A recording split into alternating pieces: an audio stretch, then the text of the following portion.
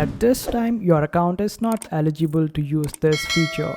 If you are also seeing this particular error on your Instagram, then let's see how you can solve this particular problem. So for this, just simply open up your Instagram profile, then click on the three lines at the top right hand side corner.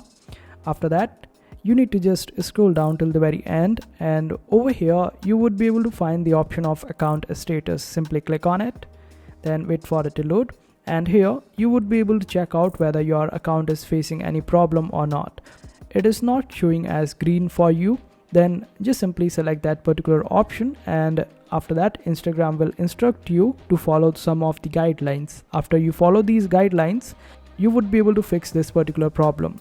Suppose you have uploaded some content which is against the Instagram's guidelines, then you would have to remove that particular content from your account, and after that you would be able to solve this particular problem. It might take up to 180 days to solve any particular problem with Instagram. Some of the times, if your account is not up to date, then make sure to go to Play Store or App Store and update your account to the latest version, and this way you would be able to solve this problem. I hope this video was helpful. Make sure to hit that like button and also subscribe to our channel for more helpful videos.